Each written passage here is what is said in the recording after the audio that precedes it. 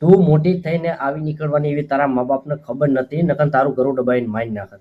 તું કપાતર છો, આવી કપાતર દીકરીઓને મારે કેવું છે. કપાતર શબ્દ એટલા માટે વાપરું છું આના માટે કે આને કપાતર જ કહેવાય કે ભાગી છે લઈને અને પાછી એના મા બાપને દોષ આપે છે કે મને મારા વિજયને કંઈ થાય તો તમારી તમામ જવાબદારી રહેશે.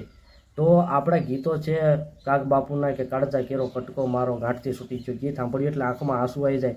એ દીકરીઓની વાત હતી. અત્યારની આ કપાતર 20 વર્ષના મા બાપના પ્રેમને ભૂલી જાય. આગળ વિડીયોમાં શું કે તમે ધ્યાનથી સાંભળો, જુઓ અને શેર કરો અને દરેક કપાતર સુધી પહોંચાડો.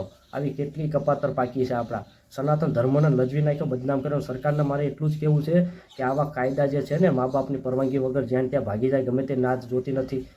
પહેલાંના સમયમાં કે મા બાપ પસંદ કરતા હતા એ દીકરી દીકરો અહીંયા ભણતા હતા. આજે તો ગમે ત્યાં લુકી તીર્યો અરે ભાગી જાય છે, બસ સીટ સપાટામાં આંધળી થઈ જાય. જોઈ લો આગળ વિડીયો તમે. હું વિજયને આરે મારી મરજીથી આવીશું. એનું મારી ઉપર કોઈ જાણનું દબાણ કે કાંઈ પ્રેશર હતું નહીં. મારે આવું હતું એટલે હું આવીશું.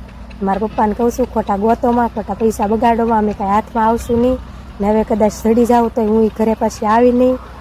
ને વિજયના ઘરનાને કાંઈ પણ થાય એની જવાબદારી તમારી રહે. એટલે ધ્યાન રાખજો ને હવે અમને ગોતવાનું બંધ કરી દો.